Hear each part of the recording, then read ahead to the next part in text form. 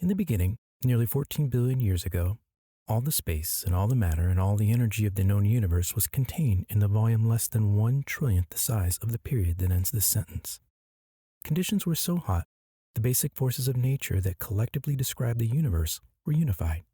Though still unknown how it came into existence, this sub-pinpoint sized cosmos could only expand rapidly in what today we call the Big Bang. Einstein's general theory of relativity, put forth in 1916, gives us our modern understanding of gravity, in which the presence of all matter and energy curves the fabric of space and time surrounding it. In the 1920s, quantum mechanics would be discovered, providing our modern account of all that is small: molecules, atoms, and subatomic particles.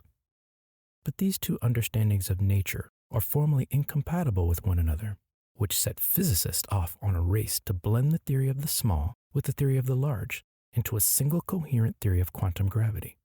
Although we haven't yet reached the finish line, we know exactly where the high hurdles are. One of them is during the Planck era of the early universe. That's the interval of time from t equals 0 up to t equals 10 to the negative 43rd seconds.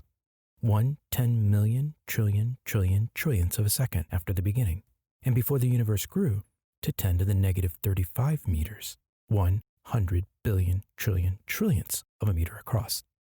The German physicist Max Planck, after whom these unimaginably small quantities are named, introduced the idea of quantized energy in 1900 and is generally credited as the father of quantum mechanics.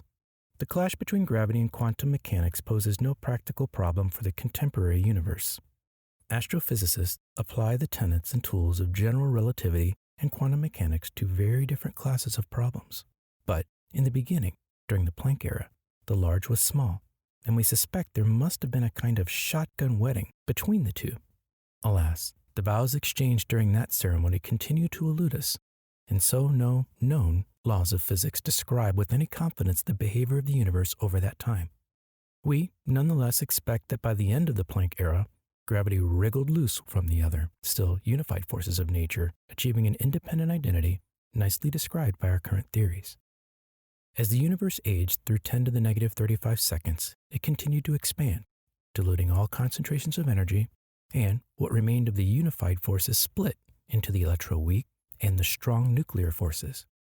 Later still, the electroweak force split into the electromagnetic and the weak nuclear forces, lying bare the four distinct forces we have come to know and love, with the weak force controlling radioactive decay, the strong force binding the atomic nucleus, the electromagnetic force binding molecules, and gravity binding bulk matter. A trillionth of a second has passed since the beginning. An excerpt from Astrophysics for People in a Hurry by DeGrasse Tyson.